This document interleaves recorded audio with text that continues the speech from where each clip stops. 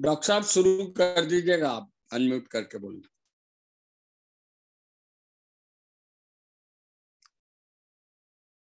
Please unmute yourself. Verma sir, please unmute. Please unmute. Yes.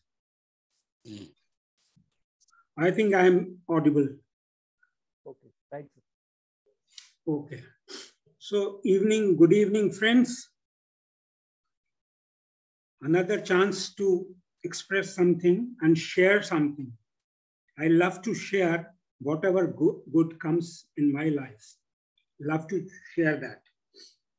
So I chose this understanding, insight, and transformation for mutation because these two words are used one for another at times, something like synonyms.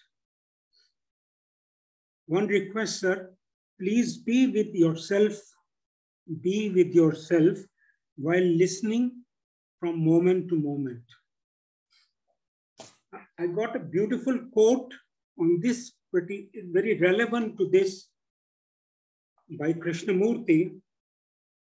Krishnamurti says, sir, the speaker has been accused of collecting a lot of teachings. He has written a great many books. Unfortunately, he has talked a great deal throughout the world for the last 60 years. So they have invented a word called teaching. His teachings. The teachings are not something out there in a book. What the teaching is or are says, look at yourself. Go into yourself, inquire what there is, understand it, go beyond it, and so on. So you are not understanding the teachings, but you are understanding it. You are understanding yourself. Only the teachings are means of pointing, explaining, but you have to do not the teachings, but the understanding of yourself. So this is relevant. So I request all of you to be with yourself while listening to whatever is being read or expressed. So about insight, to start with Krishnamurti quote, because we are familiar with his words. Krishnamurti says to have an insight means that you are observing without memory.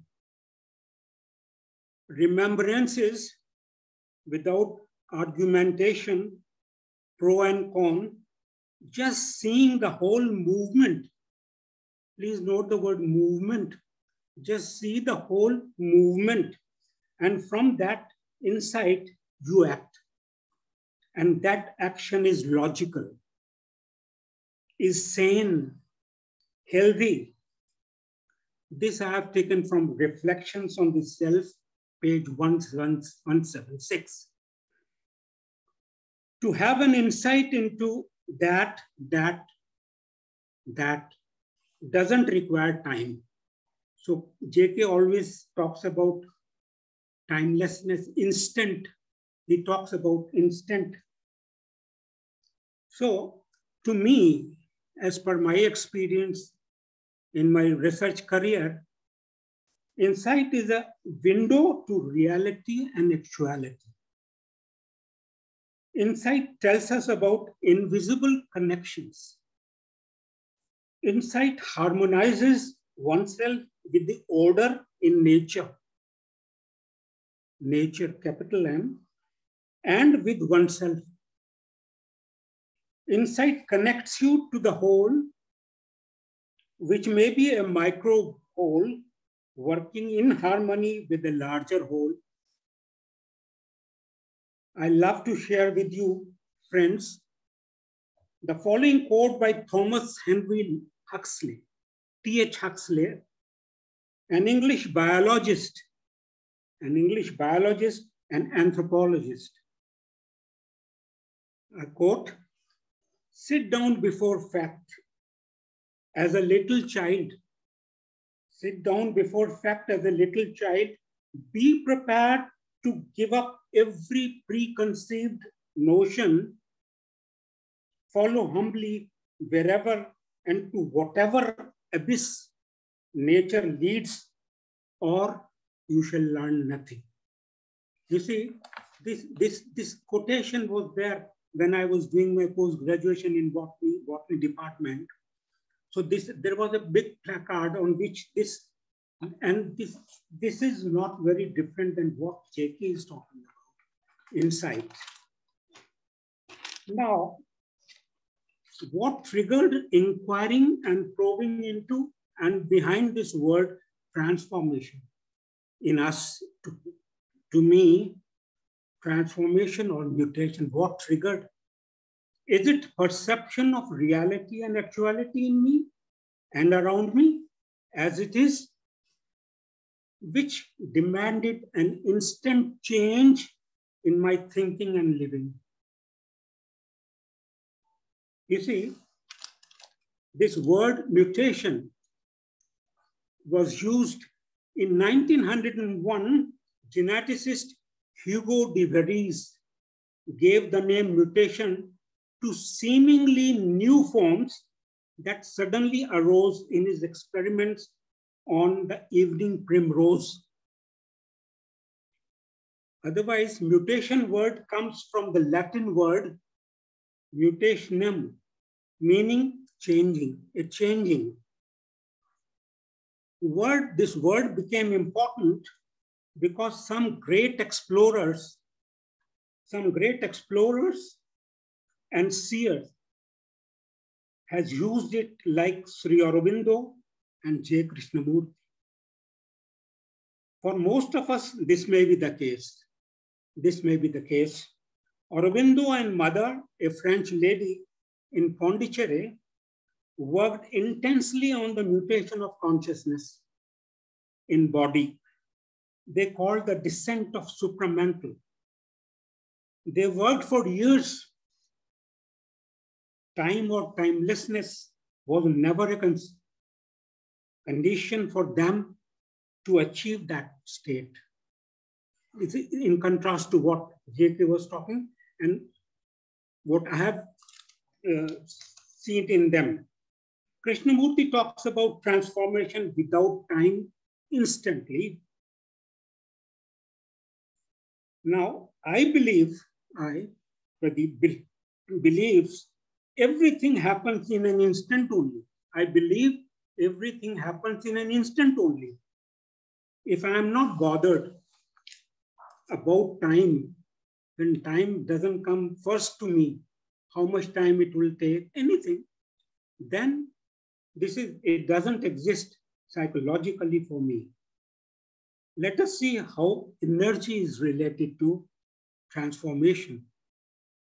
People with sharp intellect have discussed with Krishnamurti, questioning very deeply on this issue. Let us join to explore. I have taken up 2 dialogues. First is dialogue number 2 from Transformation. Just a minute.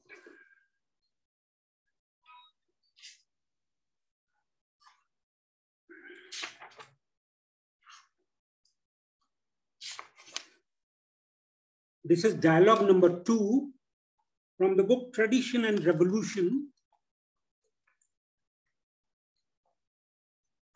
This title is Alchemy and Mutation.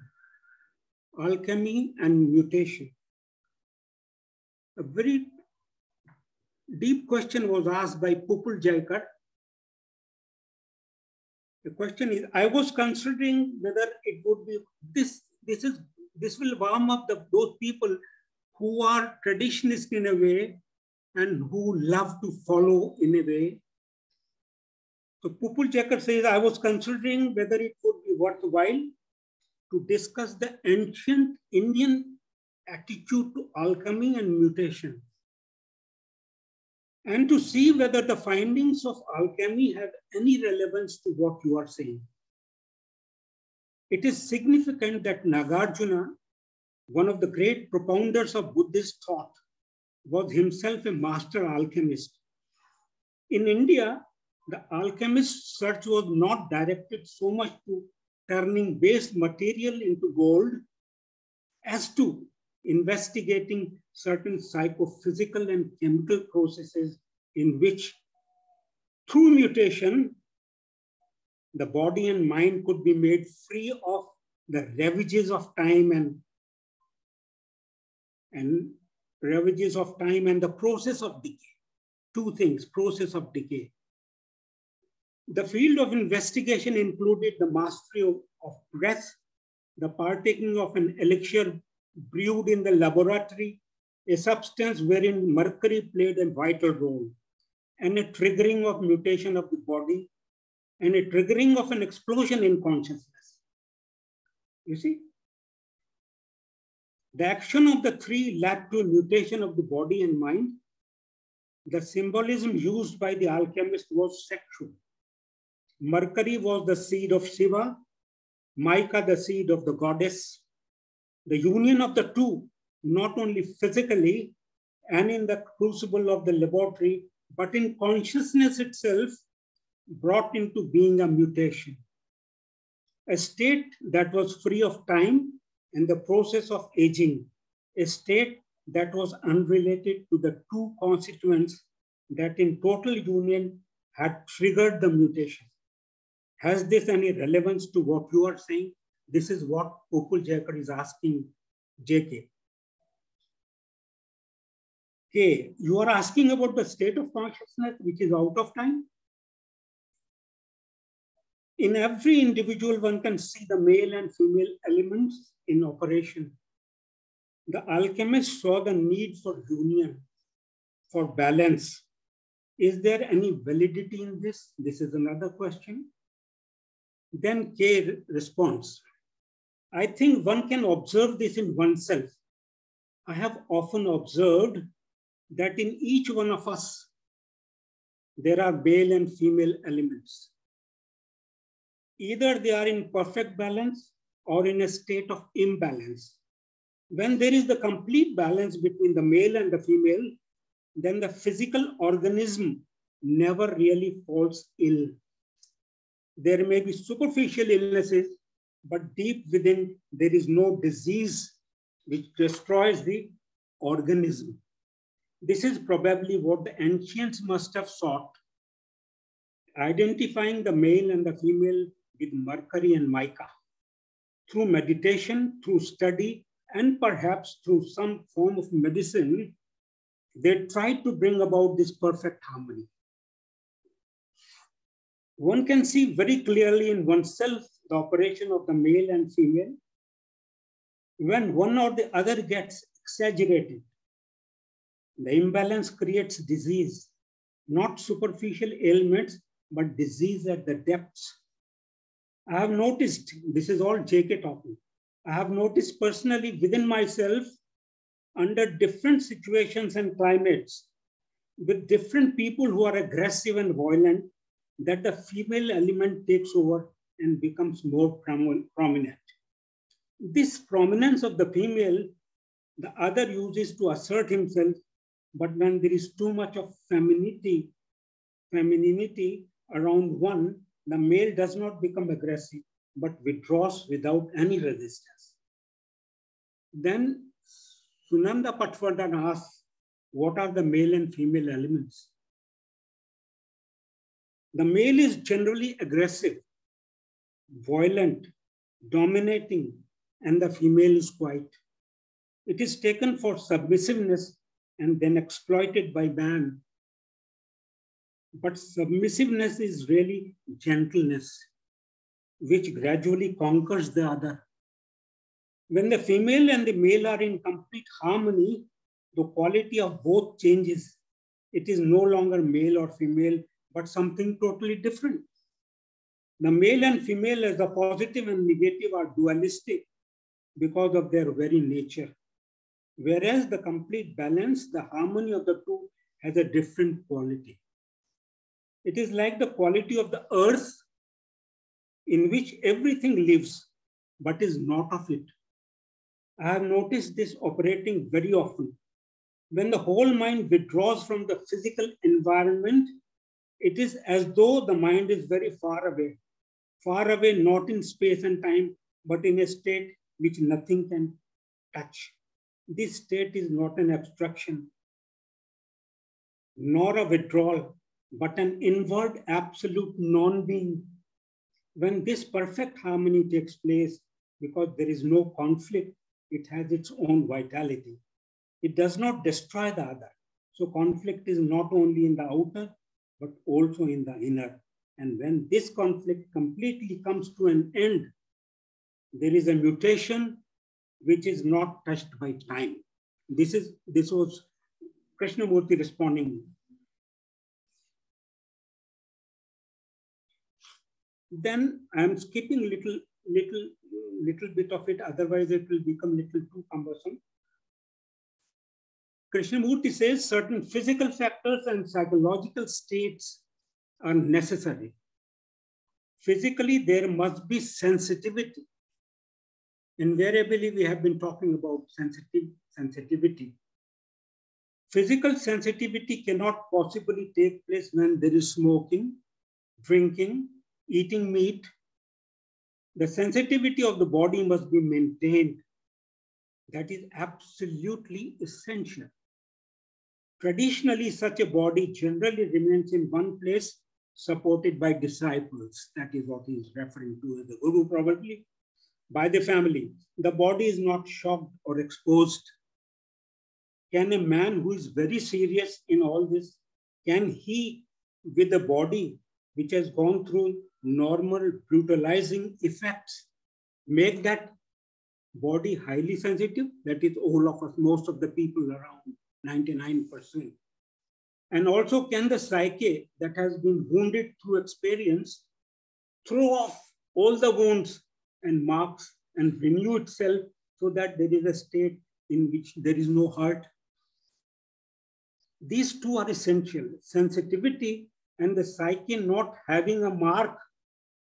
I think this can be achieved by any person. See, I'll repeat it. I think this can be achieved by any person who is really serious. You see, the womb is always ready to conceive. It renews itself.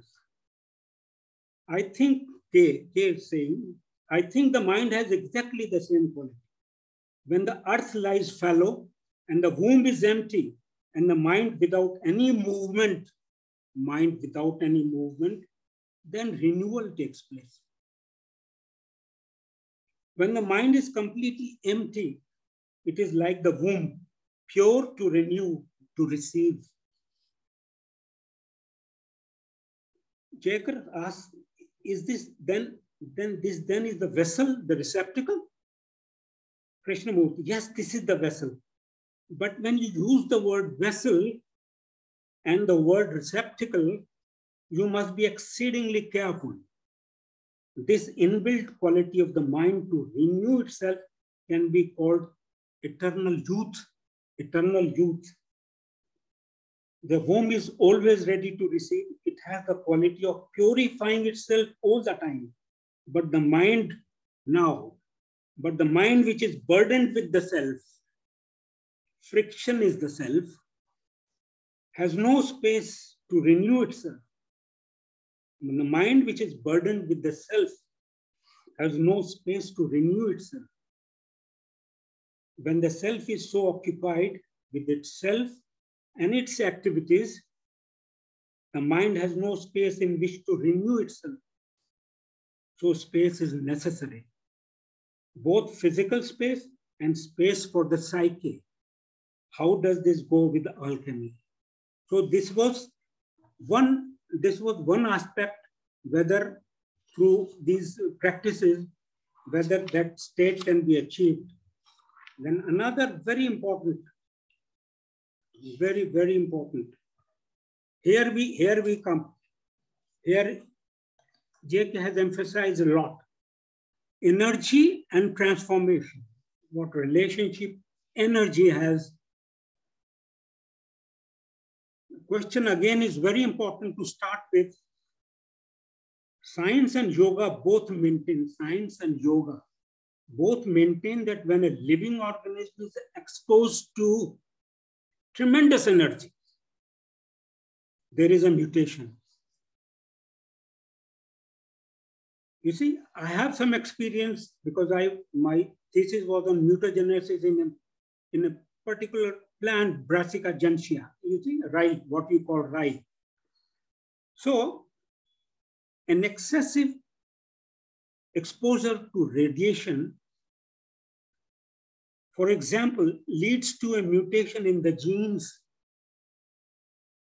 It also happens, according to yoga, when thought is placed in consciousness before the fire of energy. Do you think this has meaning in terms of what you are teaching? This was Pupil-Jacob's question. Then Balasundaram, another probably having a background in science, he says radiation can cause deformity. There can be destructive mutations, all what we call in our genetic studies, lethal mutations. A laser beam pierces steel and flesh. It has the power to destroy as well as to heal. Then Krishnamurti asks, what would you say is human energy? What is energy in human beings? Let us keep it very simple. Then JK says, energy is that which makes movement possible. Energy is at different levels. There is the energy at the physical level. Then the brain itself is a source of energy. It sends out electrical impulses. So all movement, all action is energy. Now slowly we are coming to what he has been emphasizing all through. You see, summation of energy. Now we are coming to that. All movement, all action is energy. When does it become intense? He is asking, when does it become intense? When can it do the most astonishing things? When can it be directed to incredible things? He is asking this. JK says, when it is not dissipated, when it is brought into focus. When does that happen? Does it happen in anger? Now you see how those things come here. When does it happen? Does it happen in anger, hatred, violence? Does it happen when there is ambition? When there is tremendous desire? Or does it happen when a poet has the urge, the vitality, the energy to write? JK says such energy crystallizes and becomes static. So he's talking of a different energy now. We know the form of energy. Krishnamurti is responding, but the energy we know does not bring a change in the human mind. Why? This energy becomes intense when there is fulfillment in action. When does it move to a different dimension? An artist or a scientist, using his talent, intensifies energy and gives expression to it. But the quality of his mind, of his being, is not transformed by this energy. Something is missing in all this. So Krishnamurti asks, you are asking whether there is a quality of energy which transforms the human mind? You see? Now, why does it not take place in the artist, in the musician, in the writer? I think it is because their energy is one-dimensional. The artist still remains ambitious, greedy, a bourgeois. Why do you say that greed would come in the way? Sunanda Patwardhan enters. Why do you say that greed would come in the way of energy operating? Man may be ambitious, but he is also good. These are the elements which structure his self. Question Krishnamurti says, we are asking why, when man has that energy, it does not bring about a radical change. Man has energy to operate in his environment, but there are large areas of his being where there is no movement of energy. Man uses energy in one direction only.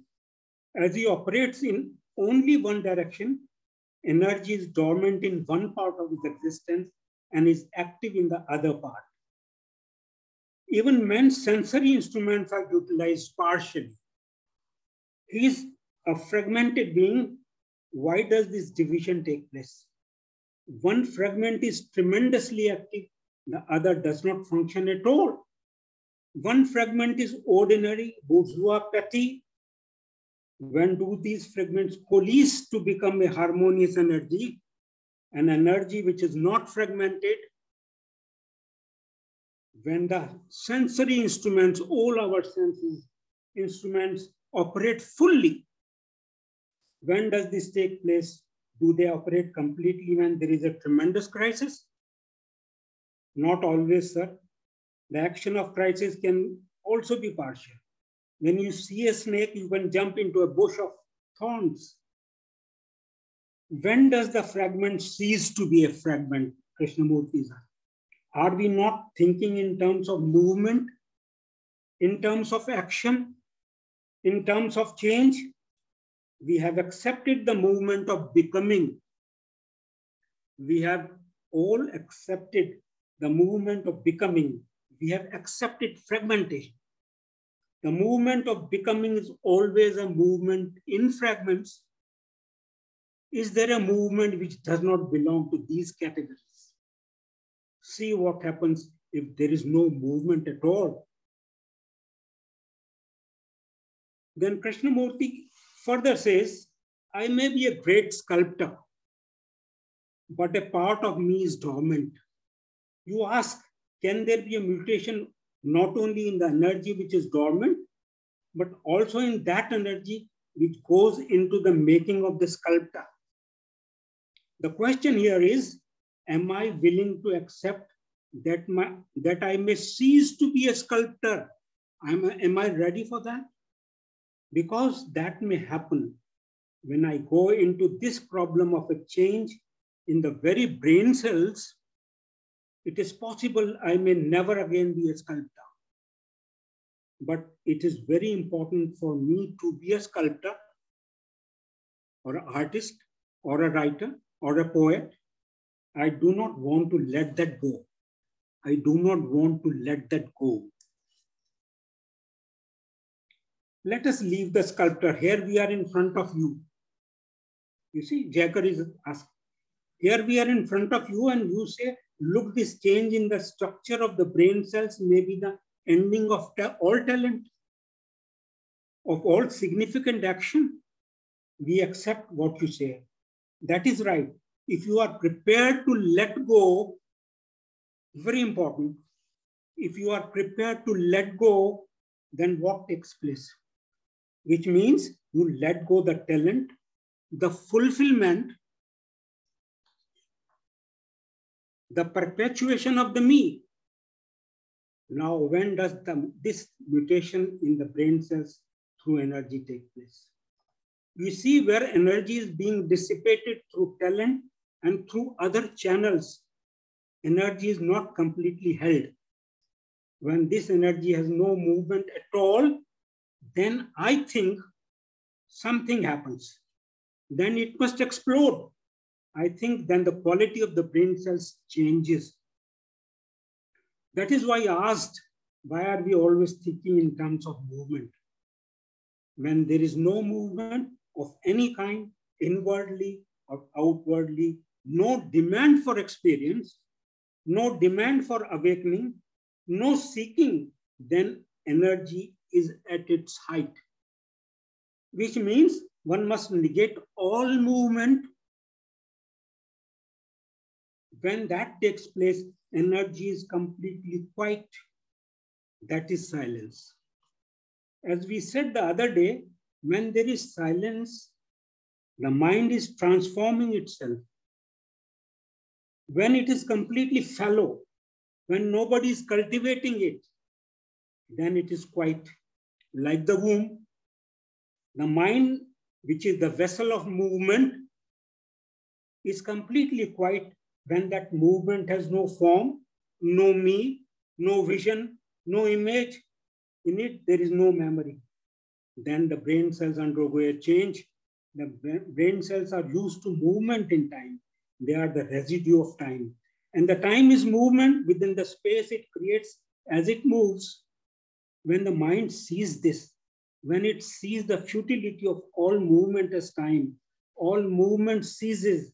When the mind denies totally all movement and therefore all time, all thought, all memory, there is absolute quietness, not relative quietness. The point, therefore, is not how to bring about mutation, but to inquire into the structure of the brain cells, the realization that any movement from the brain cells gives continuity to time itself. Put an end to all movement. Movement is always in the past or in the future. Movement from the past through the present to the future. This is all we know. And we want change in the movement. We want the movement, yet we want change in this movement. Therefore, the brain cells continue.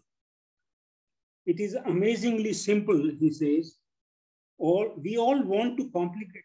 I do not know if you see this. Any effort to stop movement is contradiction. Any effort, again me comes in, self comes in. Therefore time and therefore no change at all. The seekers have all talked of a higher movement, the hierarchical movement. The question is, can the mind deny to itself all movement? The question is this. You see, as you watch your brain, there is the center which is completely quiet and yet listening to everything that is going on. The bus, the birds. We want to stop the noise outside, but keep on with the inner noise. We want to stop outer movement, but carry on with the inner movement. When there is no movement, there is tremendous focus of energy. So mutation is the understanding of movement. Mutation is the understanding of movement and the ending of movement in the brain cells themselves. So this is the dialogue part of it. Then, I don't know whether I have taken more time. Some time is there, which I have pointed out these important pointers from Krishnamurti. Can we see things as they are? We are all familiar with this. Perception is action. True perception is when all our senses are in harmony and fully active. Energy is life. Budgeting of energy is important. What are we doing with our energies? Each one of us in our own conditions, in our own different locations and everything. What are we, doing with our energy? We use all types of energy, solar, physical, biological, chemical. Freedom from the past is essential to live in actuality or in the present moment. That is all there is. Maintenance of the past consumes a lot of energy. You see, maintenance of the past consumes a lot of energy, especially psychological hurts. Then fear is thought. Psychological hurts, incomplete fantasies and desires, they take a lot of our energies. The first step is the last step. This very interestingly he has described. The first step is the last step. I am quoting JK, the mind has seen something very clearly. Leave it there. See, you said, leave it there. The next step, the leaving of it, is the final step. You see, JK talking about mind has seen something very clearly. Leave it there. The next step, the leaving of it, is the final step. Die to the thought that is true. Die to the thought that is true. Otherwise, it becomes memory. So this is all I wanted to share with friends. And I think it triggered something. It helped me a lot to clarify certain issues, what we have been discussing very often. And this subject being my career also, in a way, when I was working with genetic mutations using radiations, gamma radiations, chemicals like ethyl methone sulfonate, diethyl sulfate, malic hydrolide, this is all academic. So I use chemical mutagens as well as gamma radiation to induce certain changes in life as plants to see ultimately whether, but this again means I wanted change. I wanted change for change's sake, or some utilitarian point was also there in me, whether some good mutations can come out of it, whether some knowledge can come out of it about the history of that plant, what we call as phylogenetic relationships. So I used to go to my plants blank, absolutely blank. I used to simply stand there and see those plants. And that's why through seeing, sheer seeing has helped me a lot to find the working in nature. You see, the order in nature. And it reveals the secrets. Nature reveals its secrets.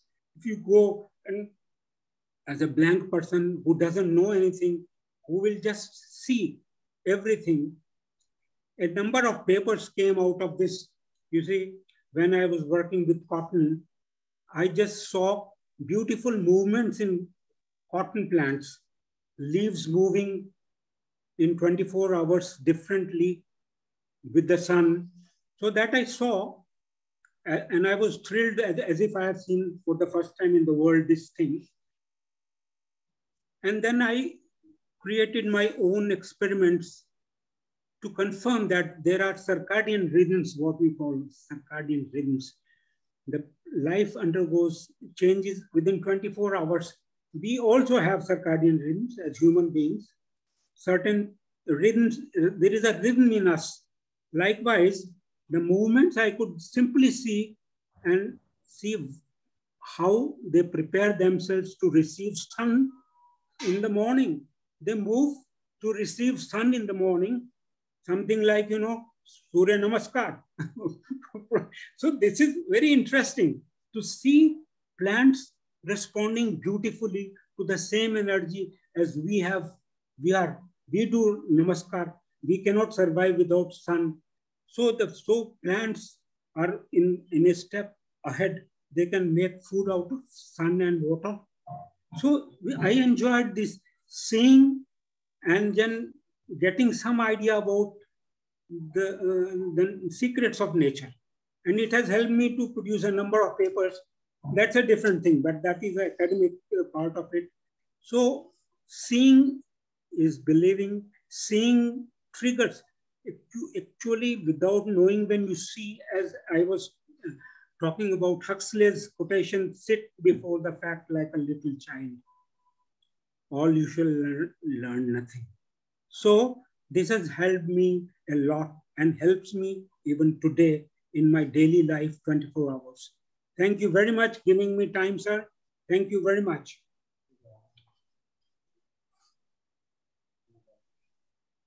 Thanks, Dr. Pradeep.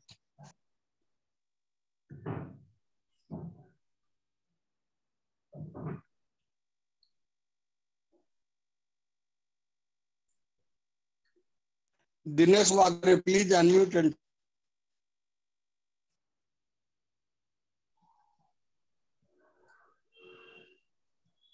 Are you able to listen to me, sir? Yes, very much. Verma, sir, you have talked a lot about many things, and you have talked about JK dialogue of JK with the others. Actually, what I feel personally, that we are making things very complicated. Rather, you said that things are very simple, but we are making the things complicated. We are playing with the words. That's what I feel personally. Basically, I am also having reservation with this word mutation, because scientifically it means the species changes at the DNA level entirely, or there is a major change in the species, which I don't personally I don't find in with any of the saints or any of the gurus, so called, or no gurus. As far as my understanding goes, at this moment, I may be changed later on. My mind may change later Thank you. But as far as my understanding is there, if you are calling touching the other dimension, which is timeless, as a mutation, then things are different. You have also referred about Arvind. Arvind has talked about supramental and universal mind, both. But he has also explained the same thing which JK is talking, in other words. And he has also talked about timelessness and time. He has also explained that your working personally requires time, but whenever the supramental touches you, at that time is not there. He has also said the same thing. So I don't find any difference of any views there. Yes, individuality is there, personal subjectivity is there. That difference may be there, but that doesn't make any difference as far as worldly, as far as their personal truth is concerned. So let us understand, in my views, what is first, let us discuss about insight. My views are, insight is basically, let us be very straight about it. It's a new message, if I call it so, which normally don't you get by normal seeing or working. This is actually new, and this message has unknown origin. This is very important, that this insight will always have the unknown origin, and it lights up your mind with new understanding. It changes the entire perception, your entire perception and the entire gestalt. But this happens only when mind has arrived at the wisdom. This is what my understanding is. Let us, so this is insight. Insight can, if you touch the other dimension, if you the mind has arrived at the wisdom, then you will get normally, which in the spiritual text or the tradition or non-tradition, they call it insight, which is pragya also in tradition. So this normally you get when there is a, when you touch the other dimension. And this is normally without any reference to your ego or center. Whatever center has worked or ego has worked, normally whatever knowledge he has gained or whatever information he has gained, it may take the reference of that, but normally it is a very new message. That is what the insight is. Now we come to this second portion, transformation. I would like this word transformation rather than mutation. And what effect I can only discuss. What happens in transformation, I do not know, or my understanding doesn't go there. But effect of it, yes, we can discuss about that. First of all, it touches, when the mind touches this timeless dimension, then, as JK said, brain cells should remain fresh, innocent, and young. Here I am interested in this his definition, that the brain cells should remain fresh, innocent, and young. Yes, this thing we find in almost all the such seers or so saints are there. This thing we find common, that they remain very young, fresh, and innocent. They are brain cells. Here we are talking of brain cells. The brain cell should be able to see false as false and be able to drop the false instantly. This is another characteristic. How we have, a number of times we have discussed about all these things, but in a nutshell, we are talking here. And the brain cell should remain psychologically free from the greed, violence, hurt, etc. they should remain free from fear, greed, violence, hurt, etc. This is also common with all the such saints, that despite of the adverse situations and despite of the stimulus is very tough or very difficult, but normally they remain very calm and very they tackle the situation in a different way. Whatever energy we are talking, this is actually this is not today's subject, or this is, so I would not like to talk about energy, but they get the support of that energy, which is of another dimension, or which has got another quality, I should say.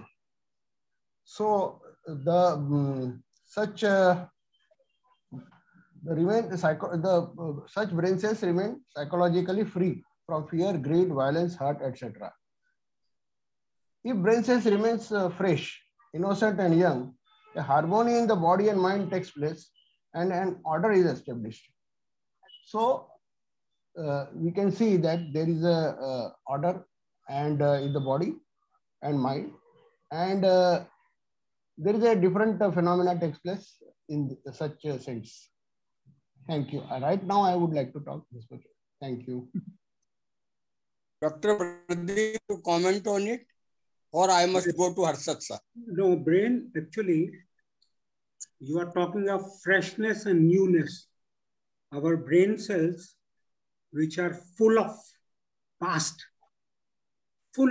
recordings, registering choices, and all our psychological reactions, we have put them as memory in ourselves. You see, so the freshness, nature otherwise is fresh every moment. Nature is fresh every moment, but we live in habits.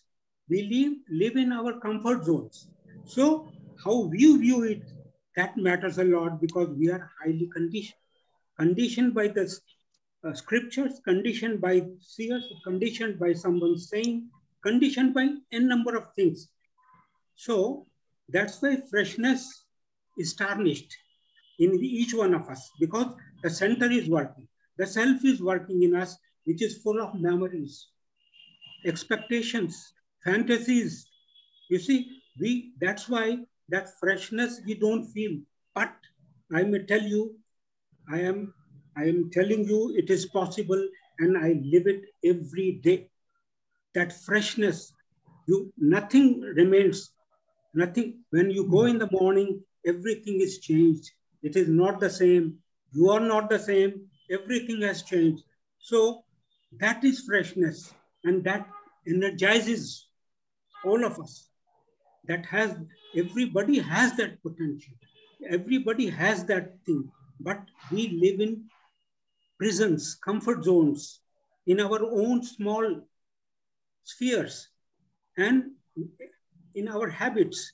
So that's why this freshness, to feel that freshness, it becomes difficult for all of us, if not impossible. This is what I feel about the freshness. And rest, I think you don't have any question about it, because Krishnamurti talked about how we dissipate our energies through movement. You see, all our brain, the full of movements are there.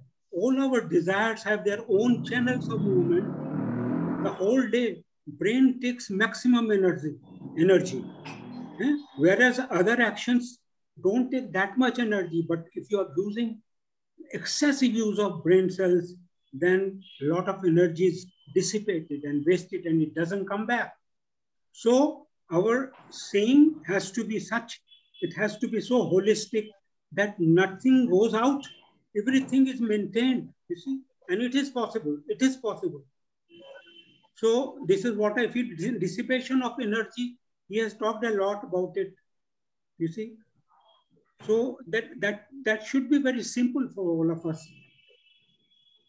Thank you. Can I make any comment on this?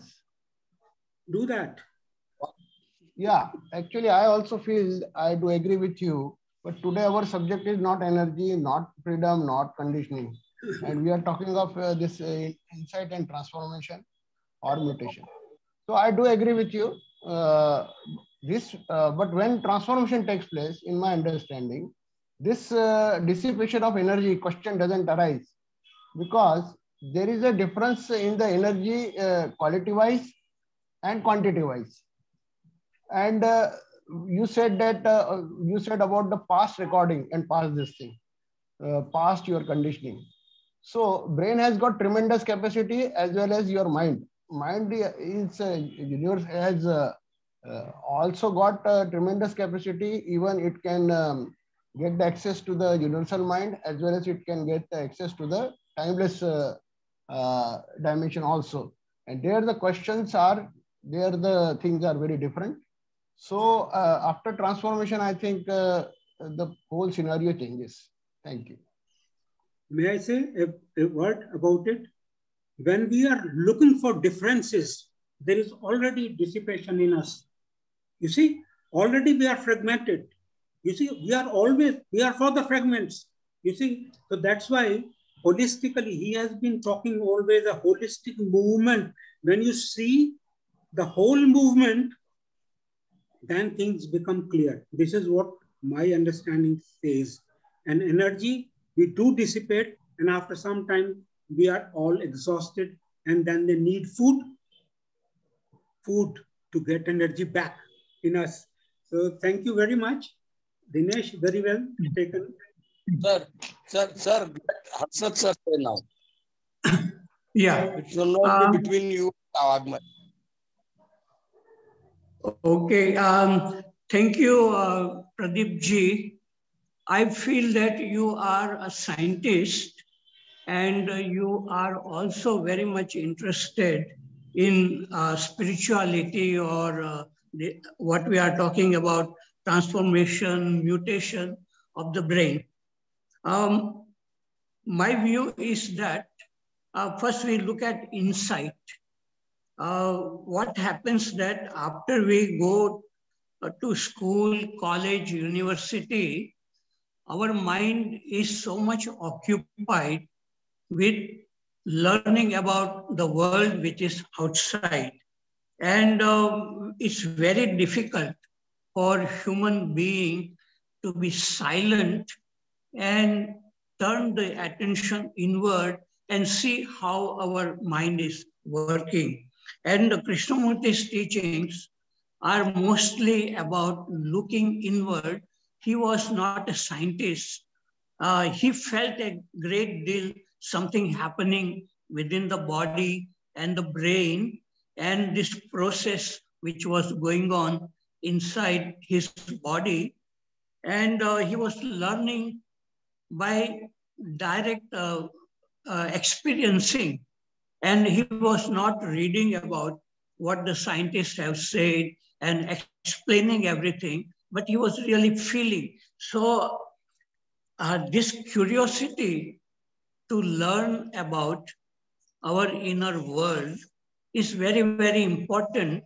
And when we are able to see clearly how our thoughts, feelings are arising,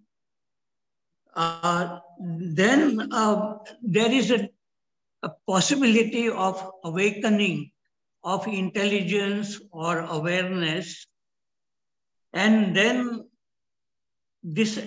it also affects the brain, and the brain brain begins to throb, and a person begins to see everything in a different way than the way he was looking at. So when this mutation or transformation happens in the brain, a brain acquires a new way of looking. And it is a silent way of looking, and everything look very new, fresh. And one begins to wonder that there is such a thing within us. In our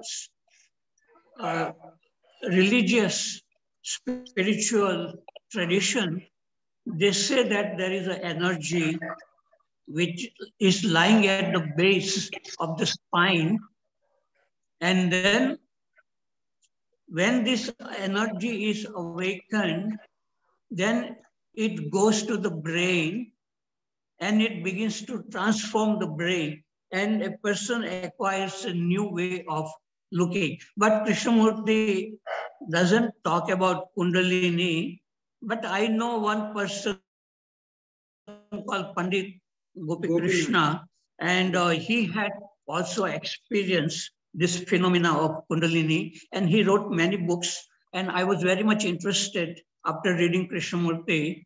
And so I had met Pandit Gopi Krishna, and I found that he was quite genuine.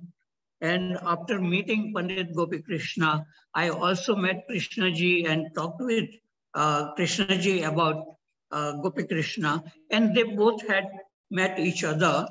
But apart from Gopi Krishna, there had been Ramakrishna, Gyaneshwar, Kabir, and many other people. They have expressed what they felt within their body.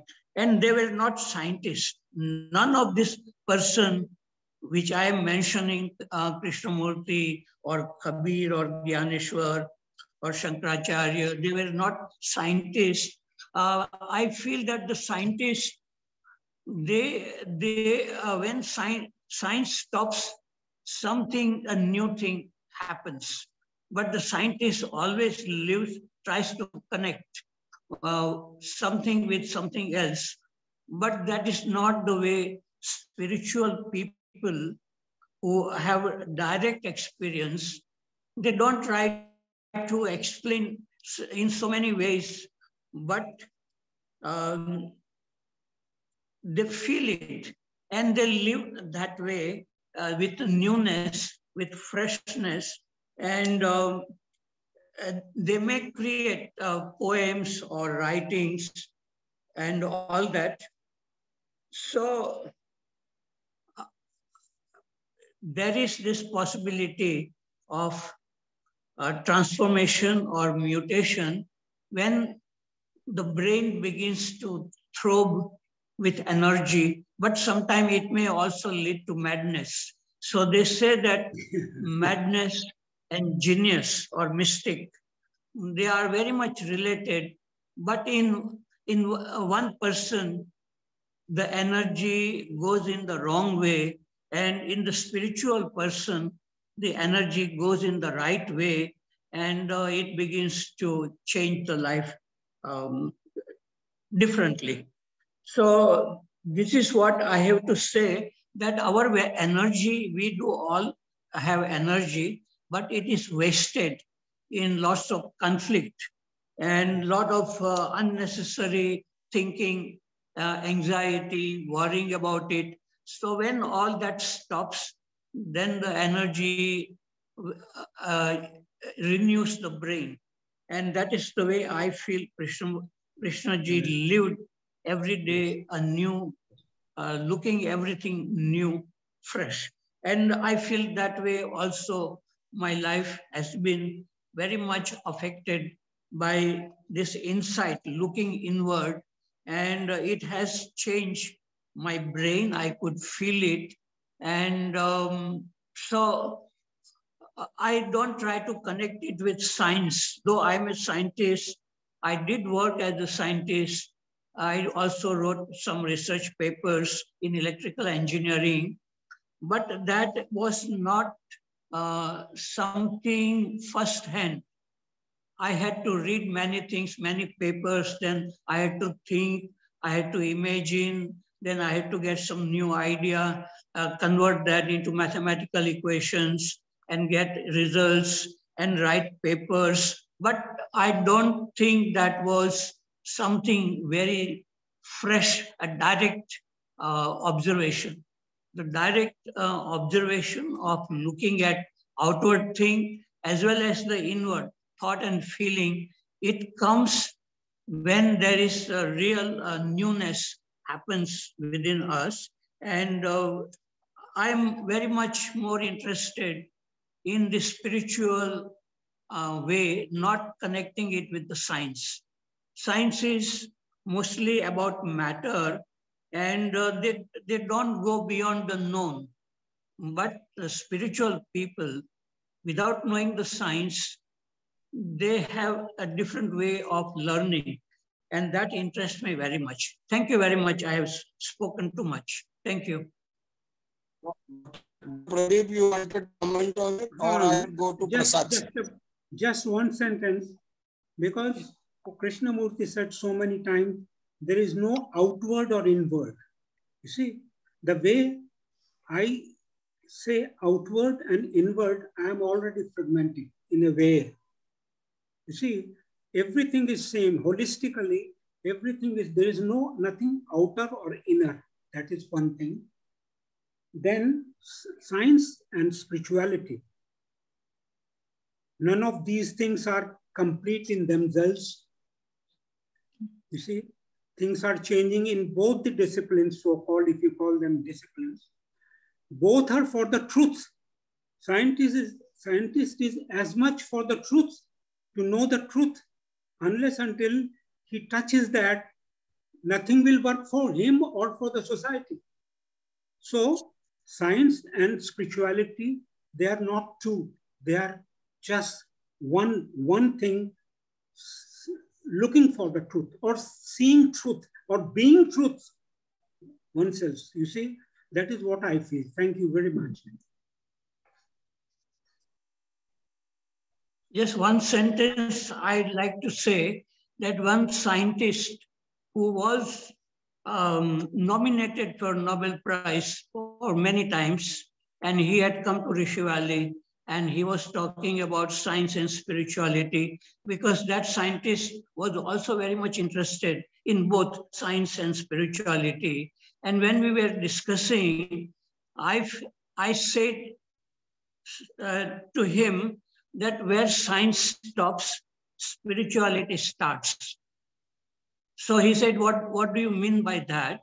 So I said, science is about knowledge, and where the knowledge stops, then there is a new way of looking.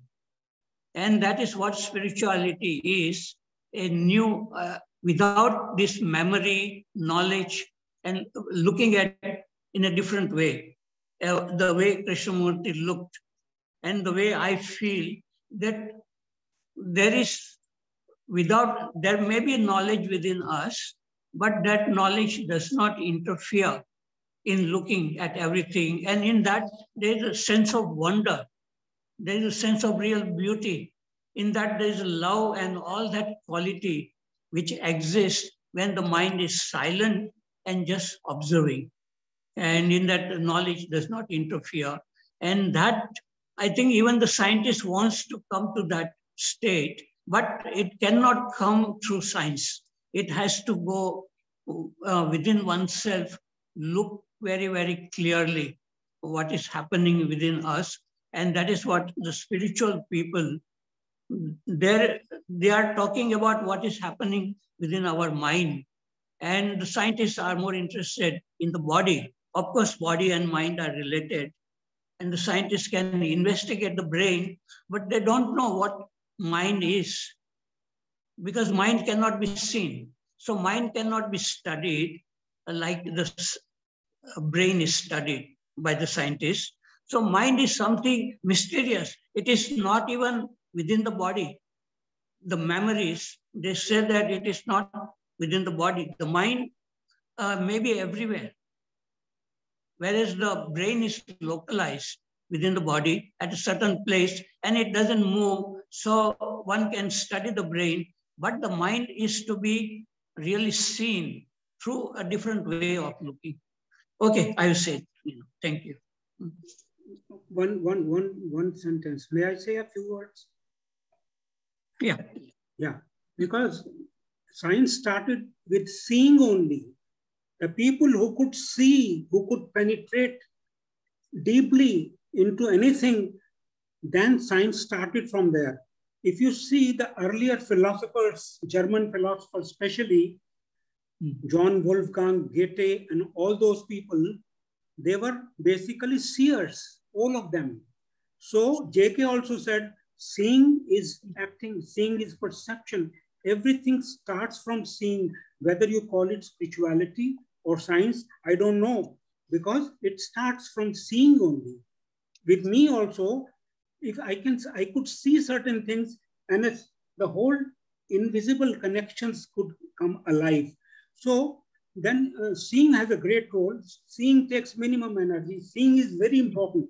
Mahamudra of Mahayana, all those things is that seeing things as they are. So if I don't think there is any partition between spirituality and science, and ultimately they'll merge it, because the whole merges everything ultimately. Advait, whatever you say, it is there. Thank you very much.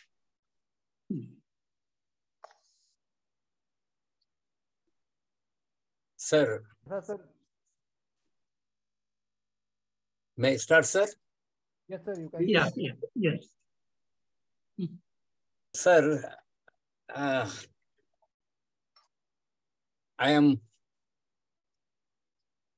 may be complicated, but basically my understanding is very simple. But the problem is, as an individual, I am quite complicated. But understanding JK, I am very simple. Because I do not know what the seers say. I do not know what the scientists say. I do not have any understanding of the stand of the scientists. And there are so many types of scientists, like engineers and then genetics and all these people categories. But I really respond to what Dr. Pradeep Verma has said. That is, nature is fresh always.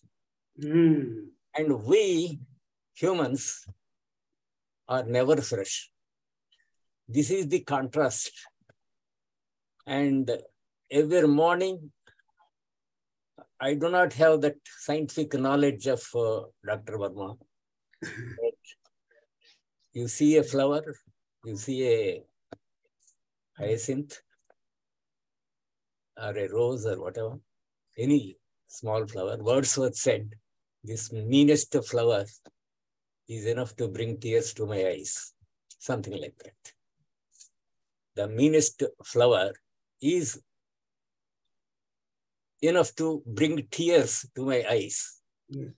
That is the responsiveness you can have to nature, whether it is a flower or a tree or a puppy or a kitten or whatever, animals and all these things. And about this insight and love are two words which I find very difficult to understand. I may have some understanding of any issue which I face, but how do I call it insight? What is insight? I don't know. I never had insight as such. I had normal understanding, and then similarly love. What is this love? I have a family, all right. I have children also.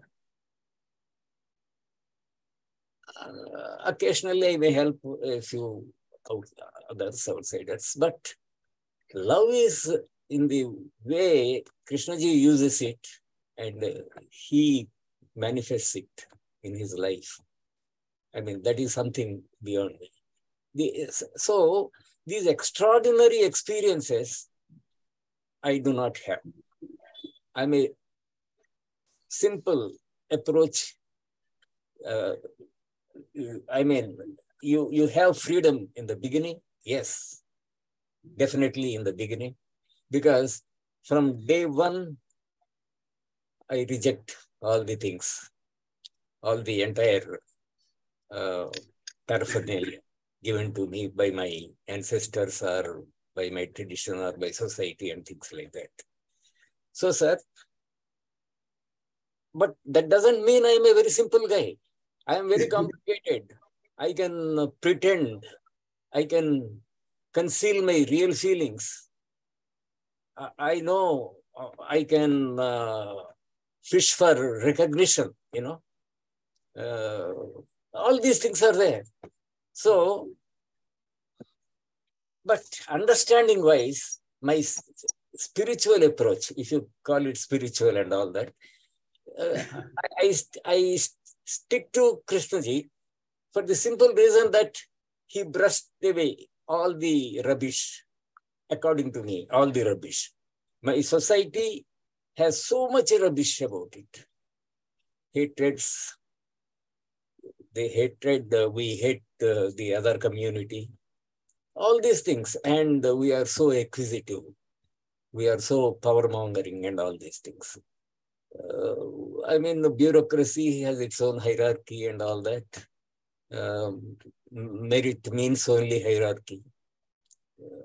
Scientists, they make science a means of recognition, getting recognition in society and all that. All these things we know, and we don't have to go over them and waste time.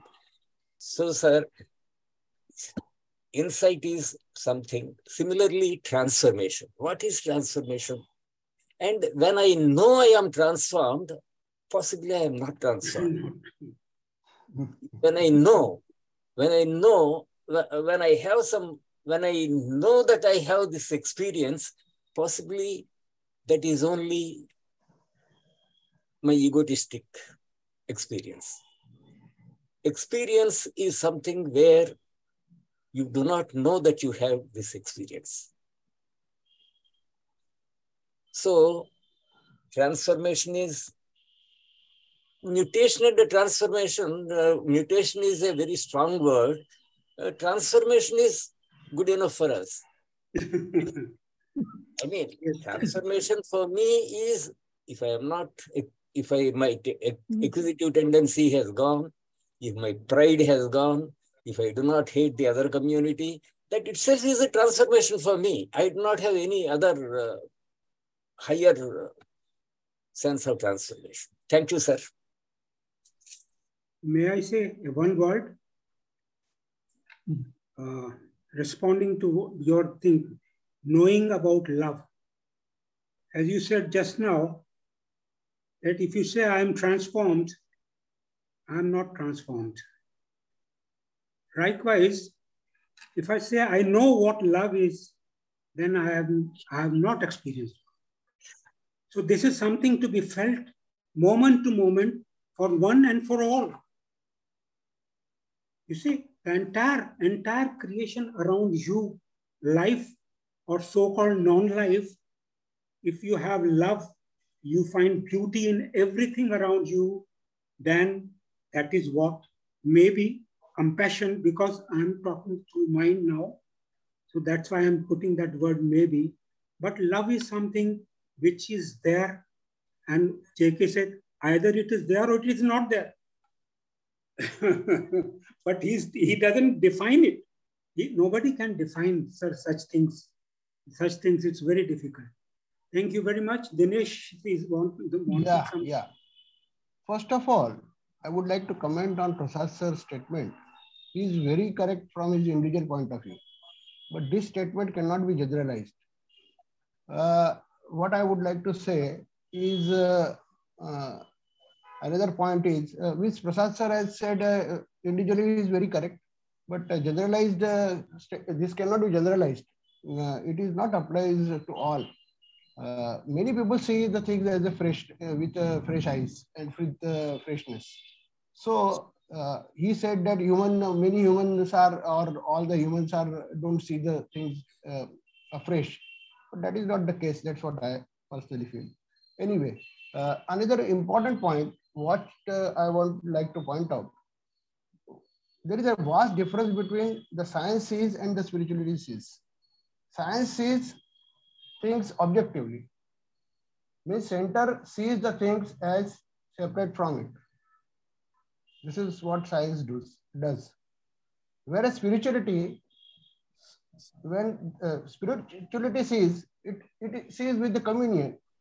It sees by the union.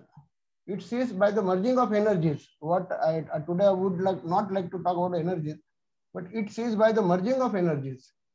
Lot of today has been talked about male-female energies and all that. So when spirituality sees, it sees with the merging of energies. And to the highest level, it becomes one with the object, and it gets the knowledge. Otherwise, let us discuss what is freshness, sir. By the way, can you particularly point out that this sense, my sense, any of the senses, say seeing or listening or anything, can say that this is what freshness is? From where you get the freshness? So one has to really go deep and understand the things at the deeper level. There is a lot of difference between spiritual seeing and the scientific seeing. And similarly, so we have to see the things in a different way. What Harshad sir always points out. So I also agree with him that things are to be seen in a fresh way, without naming and terming and without thought is involved in it. Thank you. May I respond to Dinesh's observations? Yes. Dinesh's queries? That is, yes. He was talking that science is objective. You see, that is talking about old science, right?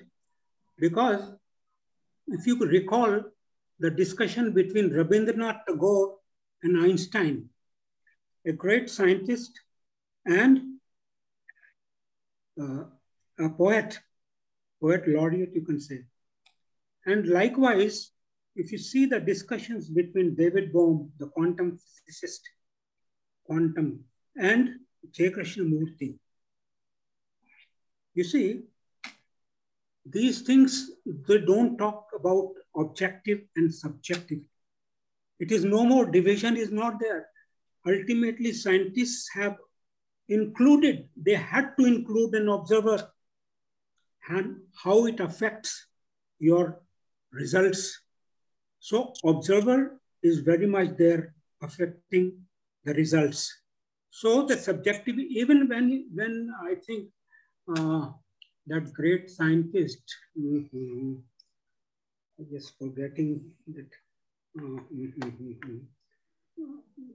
when he was working with metal and the same, and giving energy to metal, the rhythms and the waves it gets are the same, you see. So there is nothing like non-living and living. I may tell you, you can commune with virtually that apparently is non-living, because the movement of waves, the frequencies of waves is different. It's all energy at a different frequency there. That's why we call it solid and as objective. Otherwise, there is nothing like that. And the moment we have this difference in us, in me, I'm already fragmented. Thank you very much. Verma sir, then why yes. And Prasad sir, why did you say that? Sir, just one comment. Arun Partha ko bolne de, sir. Arun Partha, please. You have yourself and Verma ji has talked a lot. So let Arun Partha say. Arun, please come forward. Arun, please unmute. Yes, sir. Yeah. Good evening, everyone. Verma sir, it was very your topic which you chose was very nice, and it took me to a different world altogether. So actually, one question which I was having is, like, even our brain, in our day-to-day, we go through a lot of changes. We have some hormonal changes and all that after particular ages and all that. So how do you differentiate that with the actual mutation or transformation? And if you see, you read out saying that mutation is actually, case says that it is the ending of movement. But if you say, but he also talks that there is a time state as well as a timeless state. So there should obviously be some movement, from moving to one state to the other. So that is one thing which I had a doubt. And one more thing is, there's a portrait at the back in your room. I just wanted to know what it depicts. It is nice. I didn't understand it. Thank you, sir. It is. This